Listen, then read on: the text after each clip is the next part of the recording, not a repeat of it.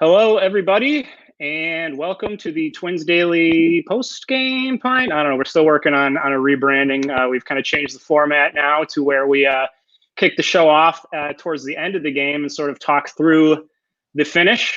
So presently, the date is Thursday, September 17th, 2020. Twins and White Sox currently tied up in a battle at Guaranteed Rate Field. White Sox are up 4-3 after taking a lead in the bottom of the seventh, and now batting against Caleb Thielbar. Before we start diving in, I'm sure it's been a crazy game, so there's going to be a lot of things to discuss. Everyone who's watching here, if you're on Facebook, Twitter, YouTube, what have you, please feel free to comment. We see your comments; they come into the feed. We'll pull comments up on screen. We like to let you guys sort of guide the conversation, and we definitely would like to hear how you guys are feeling about today's game. And we're all kind of hoping that we can watch it together and see the Twins turn things around here. But before we get started, let's introduce our guests for today's show. A couple Twins Daily writers. First we got Matthew Braun. Matthew, it's been a while since I've been able to do a show with you. Are you in Seattle? You're in Seattle, right? No, I'm not in Seattle. I'm in Washington. Okay. Of course, Okay. What? It's Washington with Seattle, but that's what's it like out there? I just saw an update that I think the series that was planned for the Mariners and Padres this weekend is getting moved to San Diego because of the air quality there. Is it all right where you're at, man? Yeah, well, so a few things about that. So they actually also are moving the next Padres and Mariners series, doing the same thing. So they'll be playing in San Diego as the home team. But yeah, the air quality in Western Washington, it kind of depends on where you're at. So I was just down a bit more south. I was living with my parents because I was being a bum for the entire summer, but I got a job down there. So, but I actually just came back up to my college place. I'm north of Seattle. So I did drive through Seattle, and it was thick stuff, man. It was kind of crazy, just looking through the skyline and not being able to see the skyline. I'm just like, wow, it's serious, like Blade Runner vibes. When I wanted to throw on like literally the Blade Runner soundtrack while just driving and just like vibe with that. But it's kind of crazy. Where I'm at, it's a bit better, and it'll get better over the next few days because we got rain and stuff coming through. But yeah, it's crazy times.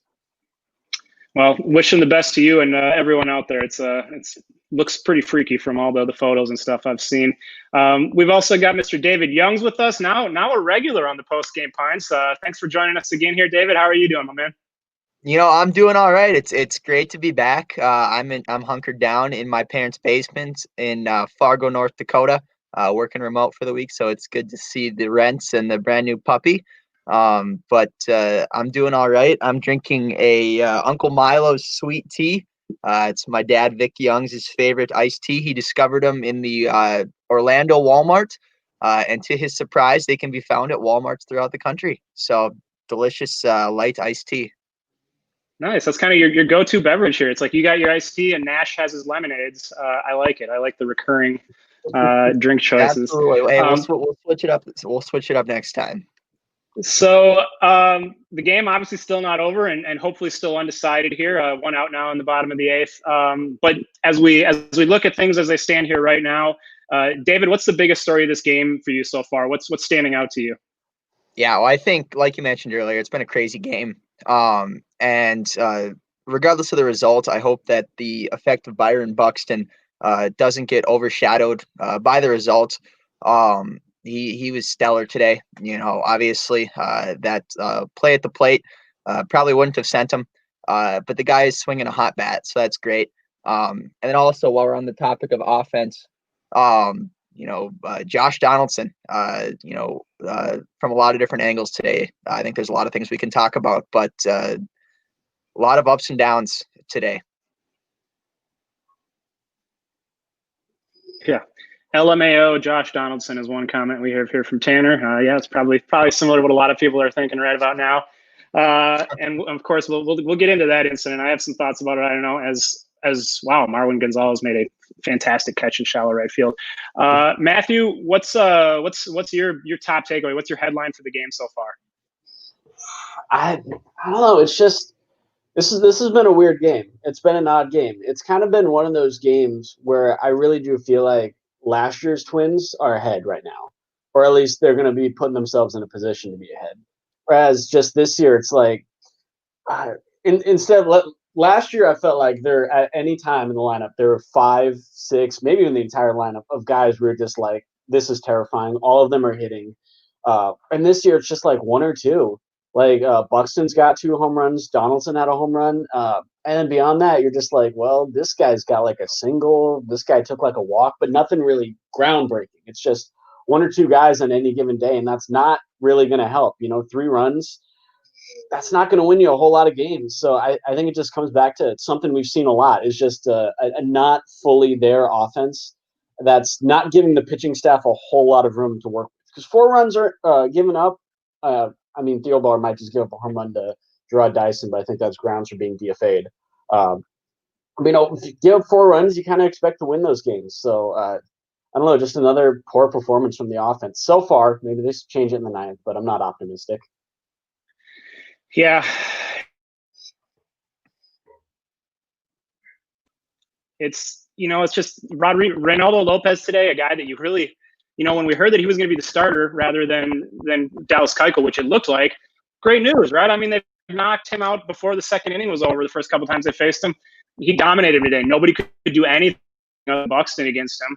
And Buxton himself, I mean, like David said, phenomenal. Like, let's not lose sight of the impact that he's had on this game. It blows my mind that he keeps seeing pitches down the middle. He's swinging out of the zone at such a high rate, swinging overall like as much as anyone in baseball. But twice when he was behind in the count, he got a pitch to just crush, and to his credit, he absolutely destroyed it. I don't want to take anything away from Buxton because he is obliterating every mistake pitch right now, but he keeps getting them. And it was like the second at bat, especially, first pitch was out of the zone, he chased it, and then the next pitch is a breaking ball that's just right down the middle of the plate. So before we dig into maybe some of the negatives or the drama, let's talk a little bit about Buxton. I mean, he's now got 11 home runs. He's been slugging. I mean, he's out slugging Nelson Cruz at this point in like the last several weeks. So I don't know what's gotten into this guy. Matthew, why don't you kick off? What's your impressions of Buxton and this power that is just pretty unbelievable? His slugging's like 600 now. I think his OBP is still under 270. I don't think I've ever seen that before in my life. Like, that is Eddie Rosario to the max. What's different from I don't know. I don't really know. From watching him play, it really seems like he's going with the mindset of, I am actually just going to swing at everything, and I'm going to swing as hard as I can, and maybe something good will happen. And so far, a lot of good things have happened. Is that sustainable? Probably not. 1 walk on the season that wasn't intentional? That's not going to cut it. But for the time being, I guess you just let it ride. It's hard to argue with the results. Yeah, absolutely. I mean, he's in his zone right now that kind of reminds me of, I think he's been in this kind of zone once before where it's like no patience, swinging at everything and just crushing home runs. It was in September of maybe 2016, struggled all the way through the season and then just hit like 10 home runs in the final month. So I don't know how sustainable this is going to be unless he can find some kind of patience. But I mean, right now he's carrying the offense clearly. And, as David mentioned, maybe a little over aggressive on the base paths, but when he's not getting any help, you can kind of see why they would just run it. Like, who's going to knock you in here? And I don't know that he would have been knocked in anyways. So, David, I mean, I know you talked about Buxton a little bit earlier, but is there anything else that's sort of striking you about his just total impact on the games here and really stepping up and carrying this team? Yeah, well, I think, like we've already talked about, he's kind of the one diamond in the rough in this offense right now. Nelson Cruz can't hit a slider to save his life, unfortunately, in his last couple of games. And I think when it comes to Buxton, the last 7 games he's batted .391, and that doesn't even count today, where he had 3 hits so far. But I think, you mentioned that, is this going to be something sustainable? I mean, this could be an opportunity for him to prove himself as an elite offensive player if he is able to maintain that through the end of the season, through the postseason. But just the Twins in general on offense, Justin Morneau was talking about in the Rosario at bat in the 8th after McCann missed that pop-up in the sun. He said, good teams take advantage of situations like this, and they weren't able to take advantage of it. I think that was just one of the nice little tidbits of information that our Walking Baseball Almanac, Justin Morneau, gave today.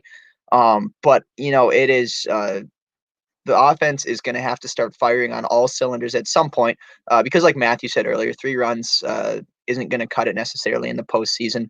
And who knows if Buxton is going to be able to sustain this.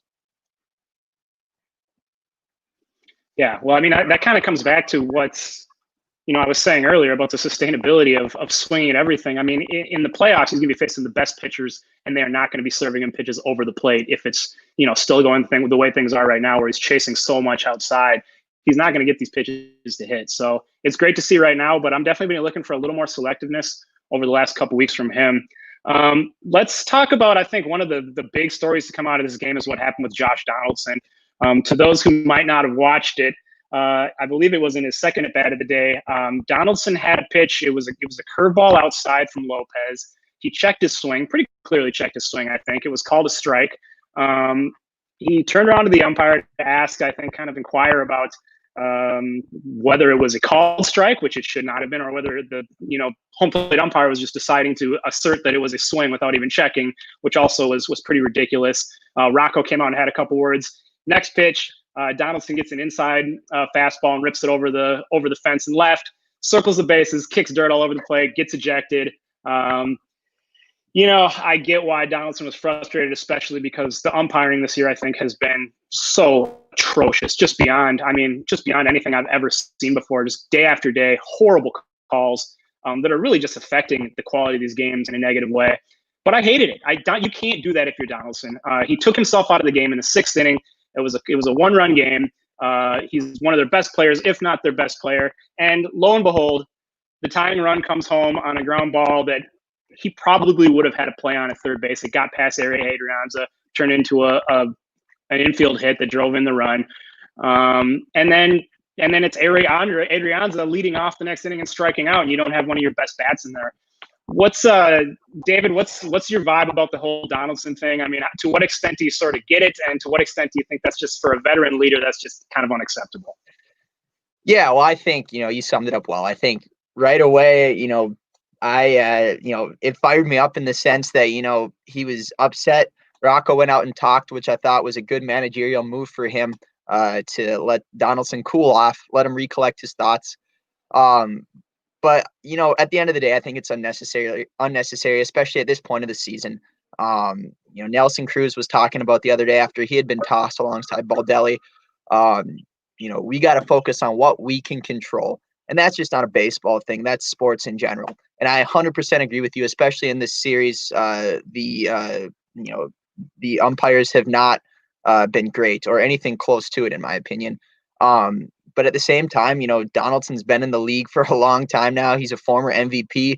Yes, he's known for being a fiery player. But this is a point in the season where things like that are going to come back to haunt you. And like you said, Adrianza strikes out. Would he have made that? Would Donaldson have made that play at third? We don't know, but there's a better chance probably than Adrianza had on it. So, yeah, kind of fun to watch. But really not necessary and did not help the Twins in any way, shape, or form. Yeah. It's as a one out in the top of the ninth here with Sano flying out. Buxton is up with nobody on base.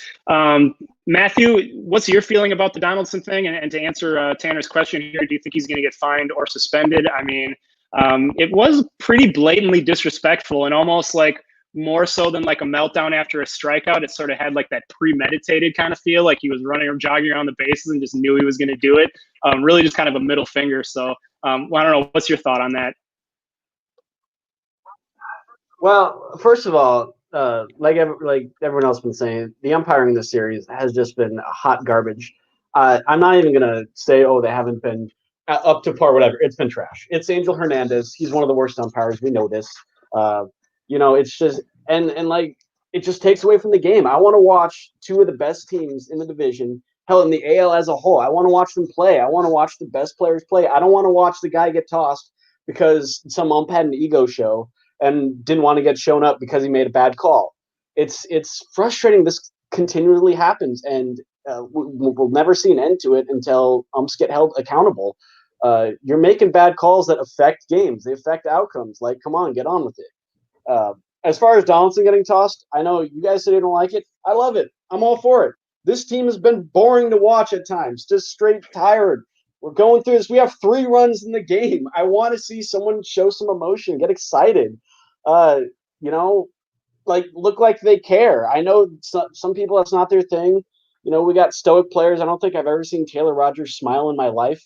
But you know, I just want to see someone care and like give a crap and try and energize the team. I know you take him out, and now you got Adrianza, who's the worst player in.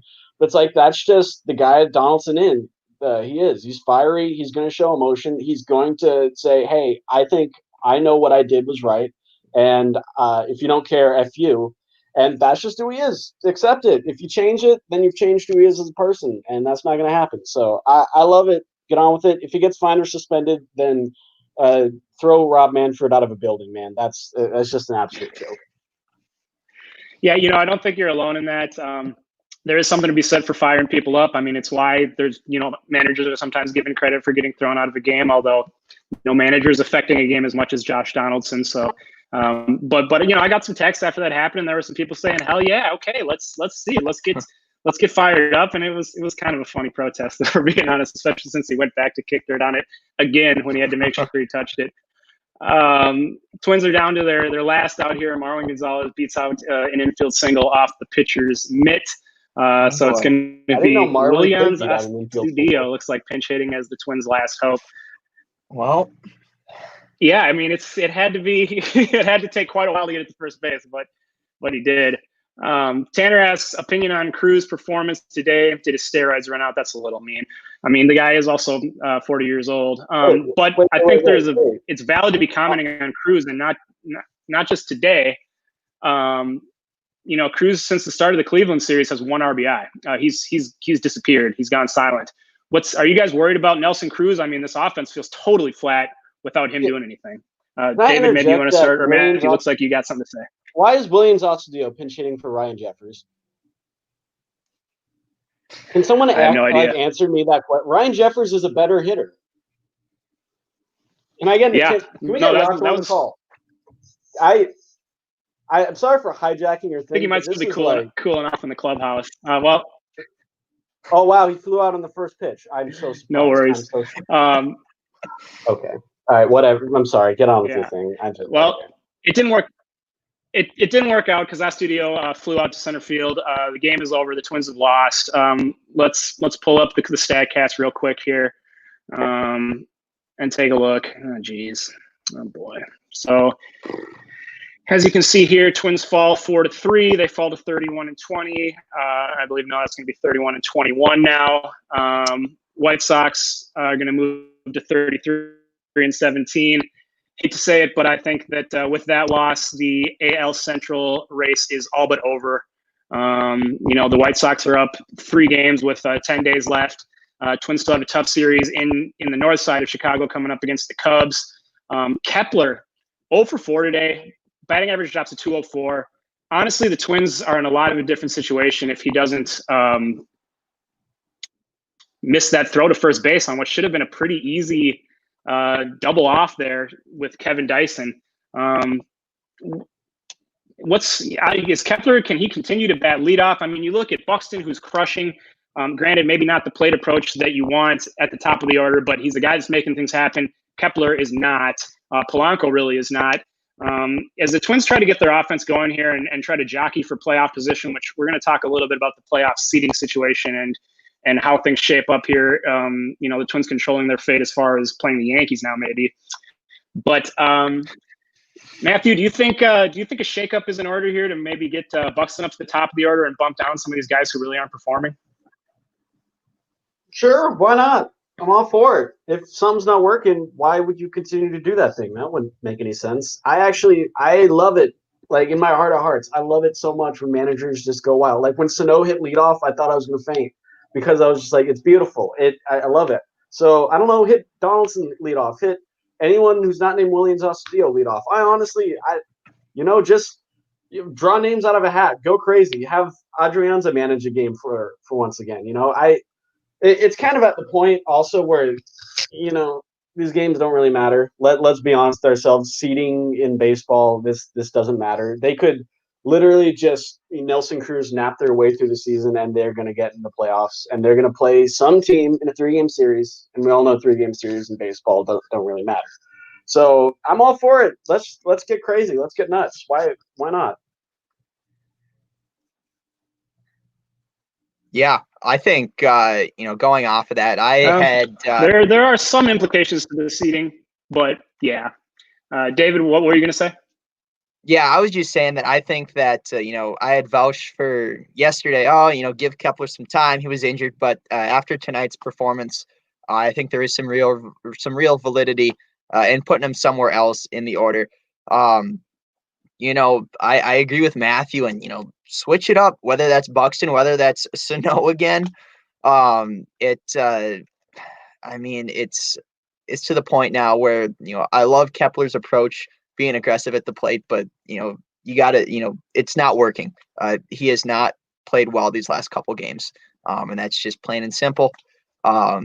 Sure, give Buxton a shot up there for a game or two, and see how he does. If the production continues, keep him there. I agree with you though, Nick, that I worry he doesn't necessarily have the approach of a leadoff hitter with the takes that he's been swinging at pitches outside.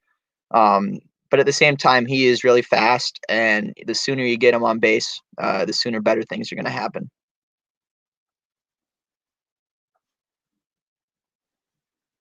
Yeah. Let's get back to a positive, which now seems like a distant memory. But Kenta Maeda looked phenomenal again today. Looked like an ace. 8 strikeouts, 0 walks. Gave up a few solo home runs. That's frankly just going to happen against this team. It's the best power hitting team in the league. I thought he looked tremendous. I think he's lining himself up really well to be a confident play in game 1 of the playoffs.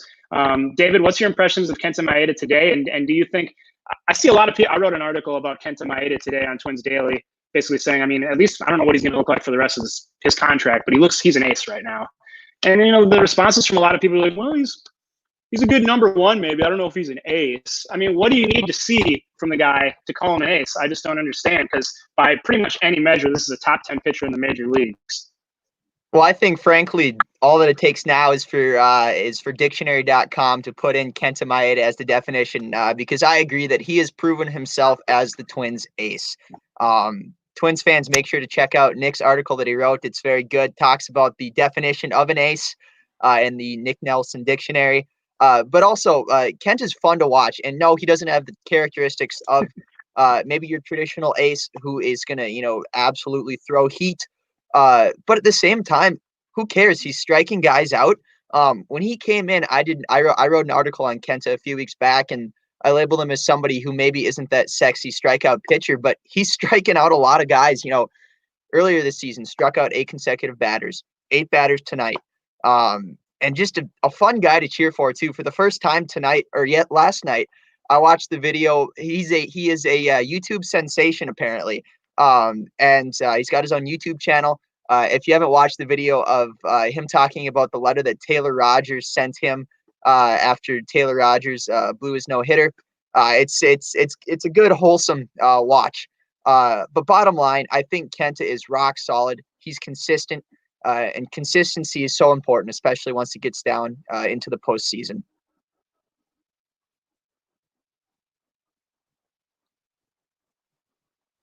Yeah, I mean, to your point, the strikeouts, I mean, something that the Twins really have not had in a starter, maybe ever. His strikeout percentage right now would be the highest of any starter in Major League history, topping even Johan Santana. I mean, that's quite the compliment, right? In terms of whiff rate, making opposing batters swing and miss, there's only 3 guys that are better than him this year, and that's Giolito, Jacob deGrom, and Shane Bieber. I mean, what other company could you want to be with? And that kind of reinforces the ace narrative, right? I mean, these are the best of the best. Matthew, what are your thoughts on Kenta? Are you feeling pretty good about everything we've seen from him and getting him lined up for a game 1 playoff start? I mean, I'm feeling good about Kenta. I love me some Maeda. It's so fun watching him pitch, because you see him throw, and you can just imagine the hitters just being like, what's this? And he's throwing like 20% fastballs, and it's just everything's moving left and right and down, and I swear up even at times. And even, I forget who he struck out, but he literally just threw a slider right down the middle, and I think it was Eloy, and he was just like, what was that? Like, I'd never seen that pitch before. Like, these are major league hitters, and he's just making them look like they've never played baseball before in their life. course, like you said, home run problem. That's always going to happen when you're throwing a lot of junk. Sometimes they hang a slider, they hang a changeup, whatever. They're solo home runs. We lived through Purple 11. We know that can't, really sink a starter. So, Nick, I'm really annoyed that you brought up that strikeout percent because I was like rushing to find highest K percent of a Twins starter in any season in Major League history, and yeah, it's the highest, above names like Johan Santana and Johan Santana, and Johan Santana, and Johan Santana for a fourth time, just for good measure. So he's an ace. If you don't see it that way, I'm sorry, you're just actually wrong. Like an illustrious list. I'm sorry, yeah, very illustrious. So I mean, yeah, he just checks all the boxes. So what? He doesn't throw 100. I don't care. He gets the results. What else are you looking for? Come on, man. Like he's the dude. I'm perfectly happy. Game 1 against the Yankees. I don't care. I'm happy.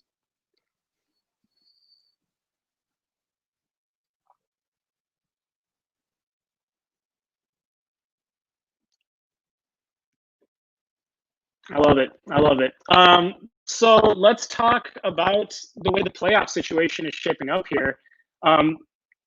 So it's going to be Twins and Yankees. I hate to say it, it just pretty much is. It's looking extraordinarily likely that's going to be the case. My main concern is I do not want the Twins going on the road to Yankee Stadium. They've been terrible on the road. Another loss today. I think they're like 10-17 on the road. They've played such better baseball at home, and there's no worse place for them to go than Yankee Stadium. The Yankees were sort of looking like they were maybe in danger of missing the playoffs for a while there. They were on a bit of a skid. They have turned it on. They're getting hot at the right time. They got Judge back and Stanton back this week. I don't know if they're playing today or tonight. I haven't checked, but they hit like 13 home runs over the past 2 days against Toronto, absolutely leapfrogging and burying them in the AL East. This looks like a really scary team, and they're scary on their own for anyone who's watched the Twins for any period of time. We all know the history there. So at this point, the Twins and Yankees are now tied in the loss column. Twins have a few more wins because they've played a few more games. Matthew, I know you mentioned you don't care too much about the seeding. It's like you just got to go win a series. It really doesn't concern you that much, the sort of whether the Twins are going on the road or hosting the Yankees in the first round? It's not even a thought in my mind. I don't. I just, with everything that's so crazy about what's happening and the fact that there's not going to be any fans in the stands, we're not going to have any reckless assholes booing Tyler Duffy and saying terrible stuff about his mom and whatnot. All that stuff's going to be gone. All of that, your home field advantage of your fans, that's not going to be there. Whether they're playing on the road or not, their record has been terrible, but it was also awesome last year, and also this is a very small sample size, so I don't know what to make of that. Yeah, it's the Yankees, but if we're talking about being concerned about the Yankees, it's more that they are a really good hitting team, like you said. Less so than, oh, now you got to go to Yankee Stadium, or, oh, no, now you got to deal with the history and what's happening. It's like that's sort of back. That's irrelevant. It's not really relevant to this discussion. I think the discussion is more just like, okay, if you look at it, how does the pitching match up? Because I don't know. Just looking at it, the Twins might actually have an advantage. Maeda's been better than Cole. Pineda can go up against Tanaka, and they don't have Paxton. So how's that going to play out? We'll see. I think those are the things that you have to look at more so than the narratives that surround it.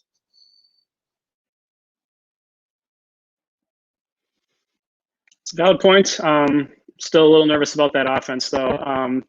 David Youngs, who you kind of look like the Covington Catholic kid next Sandman, according to S. Gibbles here. I like the young Joe Mauer comparison better myself.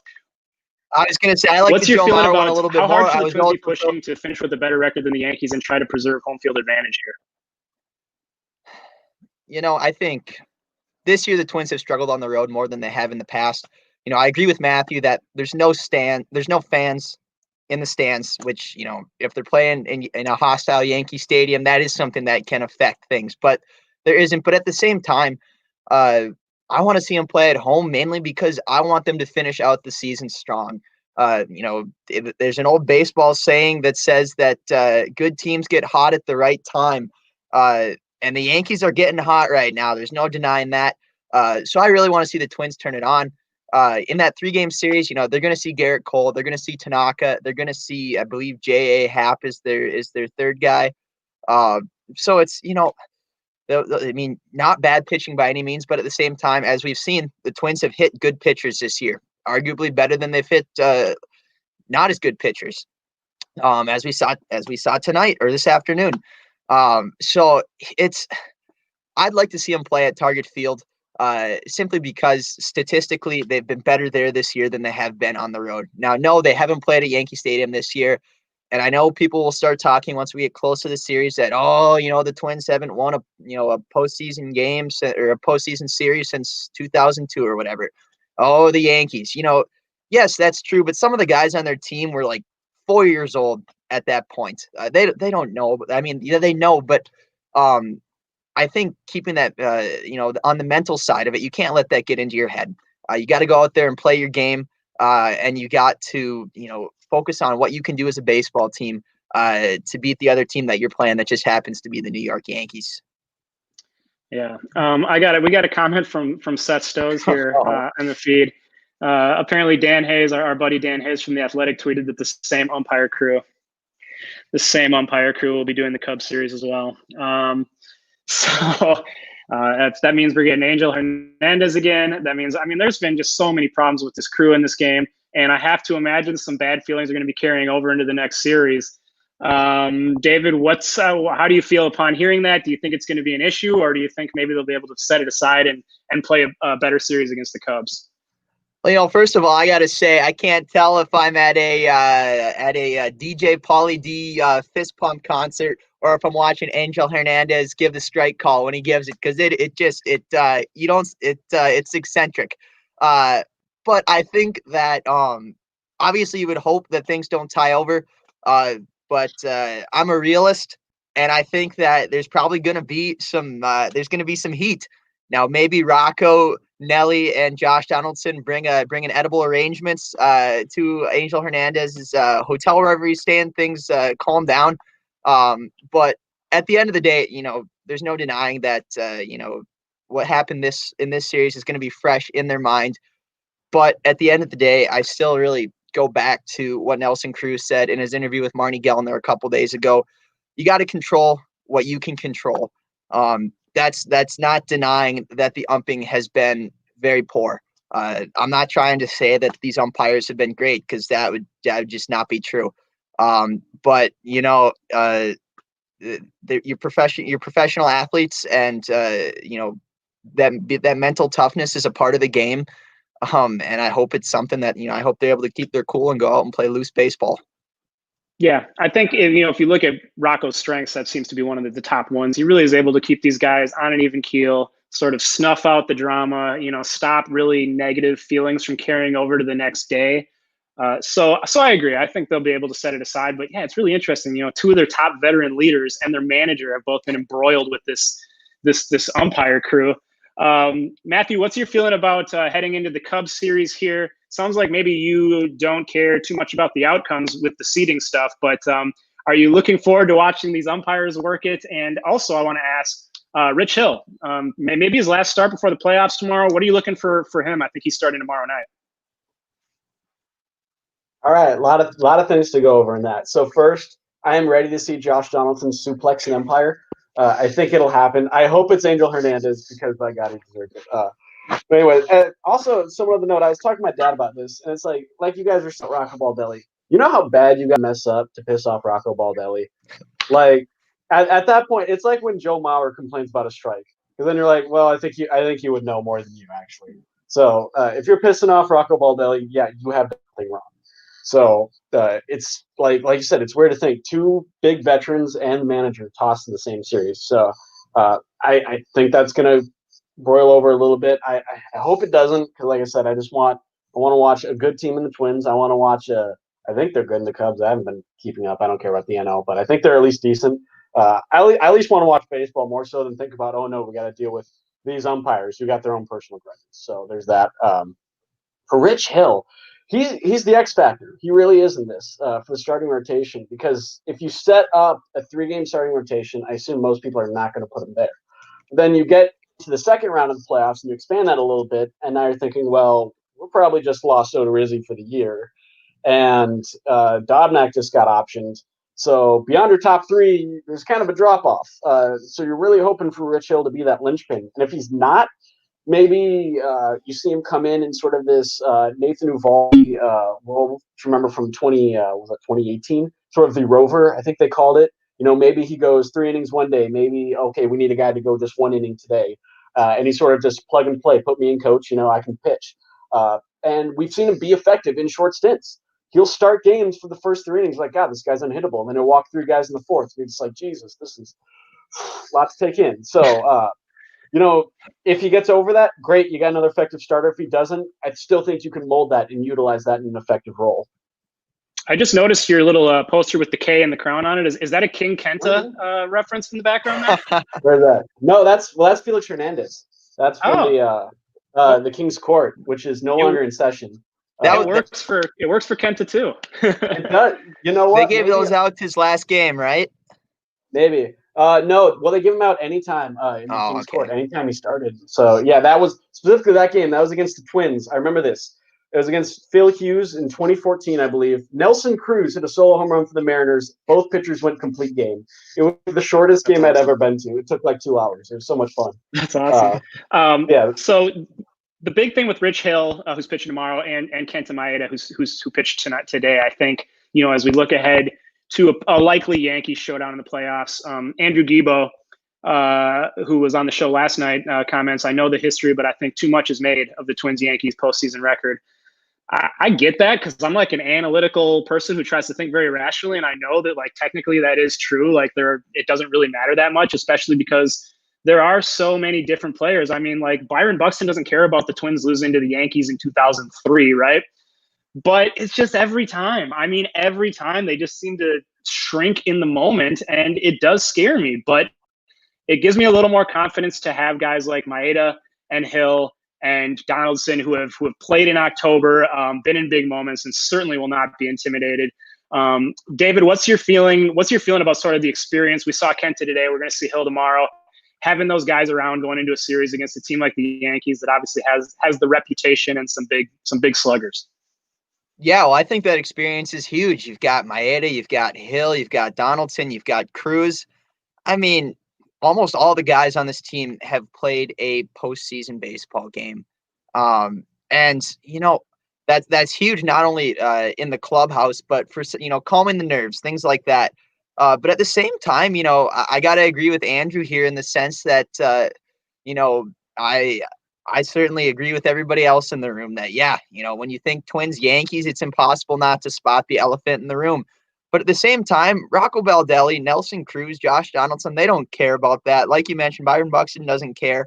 I think that it is a bit ironic that it has been the Yankees and it has been so long. But we're Minnesota sports fans. We like to complain a little bit sometimes, and rightfully so. And I think that I wouldn't, if there's a year that the Twins are going to beat the Yankees in a postseason series, I think this year they've got a shot as good as they have in the past if they can pick up some steam here. Yeah, as Edwards says here, the reason the Twins record is so bad, the Yankees had better teams, maybe not sweep every time better, but I think the Twins are more competitive now. So kind of to your point, I mean, the Yankees they're really hot right now, obviously, which is scary. But there's a reason that they're not leading the division and we're in danger of missing the playoffs. Like, Matthew was talking about, their pitching is not really all that overwhelming this year. So I think that's a valid point, but there have been times where I think the Twins have had better teams than the Yankees in the past. Last year, maybe 2010 comes to mind when they actually had home field advantage and they still can't win a single game. And that's like the thing. Like, I mean, I know Edward kind of pointed this out, like, even if it's a way, way, way better team, if it was the Yankees playing the Orioles, you would never expect this lopsided of a win-loss ratio. So it is the monkey on the back, and they're gonna be encountering it again, I think, when they reach the postseason, which Tanner asks who will start for the Twins in the postseason, Maeda or Dobnak. I can't see Berrios. Well, I guarantee you Berrios is going to be starting probably game 2 in the playoffs. He's pitched pretty well lately, and gave the Twins a good outing in this series against a very good offense. In fact, I think probably the best outing they got. He was even better than Kenta, only one run over 5 innings. But it is interesting, the point has been made. It was there was this race for the 4th playoff spot.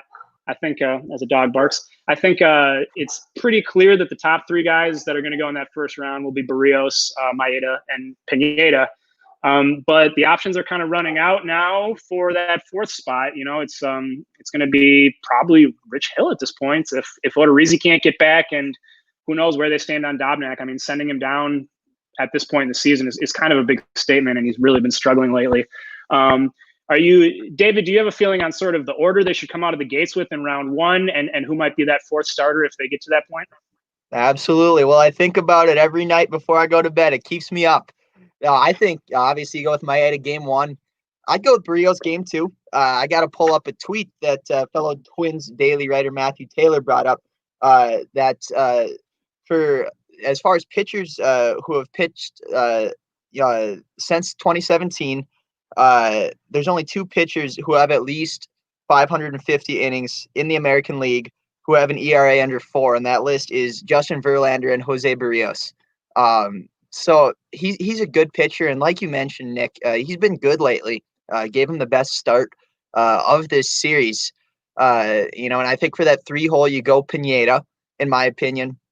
But for that fourth spot, especially that's going to factor in this year, given the lack of off days. I think maybe you go with somebody like Rich Hill. I think that also depends on, if they get Homer Bailey a start, which, they optioned Zach Littell today, I believe. And maybe that was to make room for Bailey to get that start in. But also, I don't know if there's been any update on the Odorizzi situation. If there has, and if he is able to get another start in before the season's over, maybe I'd put Odorizzi in that fourth spot, but I'd say Odorizzi or Hill. Yeah, I think Odorizzi is my guy. People are sleeping on him because he's had such a tough year. I mean, unbelievably bad luck with everything at every turn. But, I mean, this is a guy who was an all-star last year, who was top 20 among all major league starters in wins above replacement and a lot of other numbers. His strikeout rate, I mean, we talk about how Kenta is, going to be a top 5 K per 9 rate in the shortened season in Twins history. I don't know if people realize that Jake Odorizzi, I'm pretty sure, is 5th on that list right now, with only like Johan and Liriano ahead of him. He's a strikeout pitcher. I thought he looked really good yesterday. So I'm really going to be interested to see if he can shake off this finger thing and make his way back. Matthew, what's your feeling on the sort of the postseason rotation order? It's been discussed a lot, and I think you kind of touched on the fourth starter thing. But where are you sitting with the playoffs now, only a couple weeks away?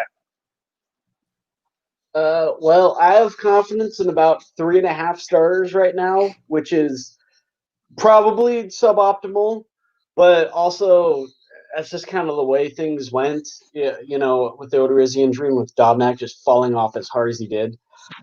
These are just things where it's just like, that's just what happens. It happens in baseball. And in a longer season, maybe you can get over it. Maybe you can just wait it out. Because of course we'd be in early June by now, or maybe it's still in May. But we don't get that. That's not going to happen. So if you want to set up a lineup, I go Maeda, Barrios, Pineda, Hill if you have to, and then if you need a 5th starter, then I'm out. I'm not watching that game, honestly, just because I don't.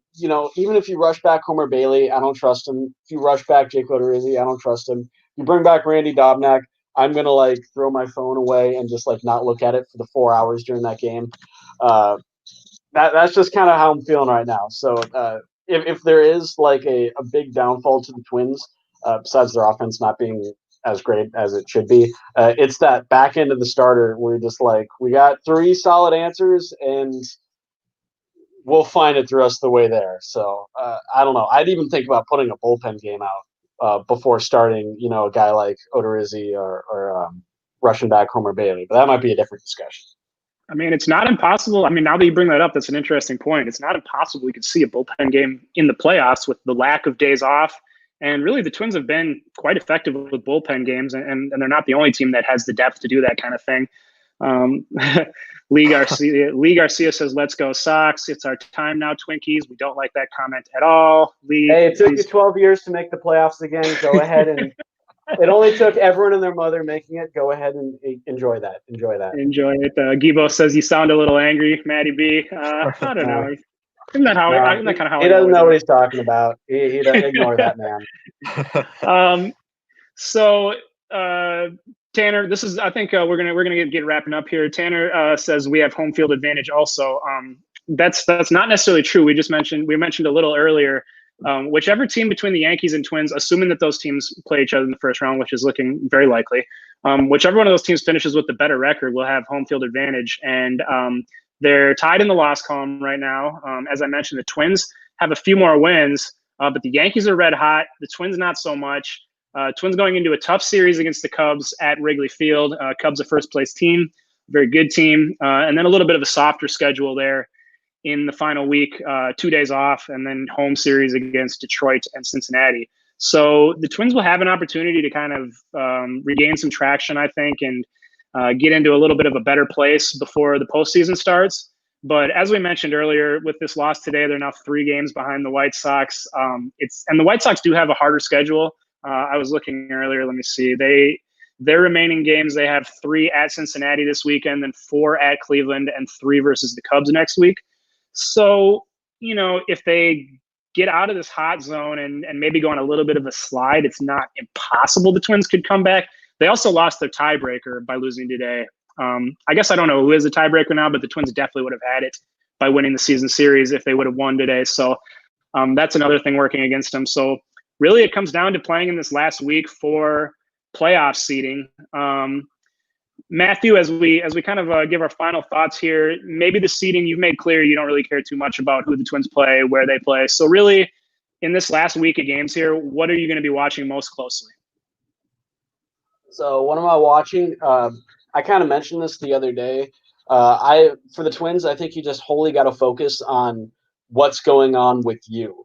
We can't watch maybe the White Sox win a game, or even if the Twins lose a game, you can be like, okay, but what happened? Did our starter look good?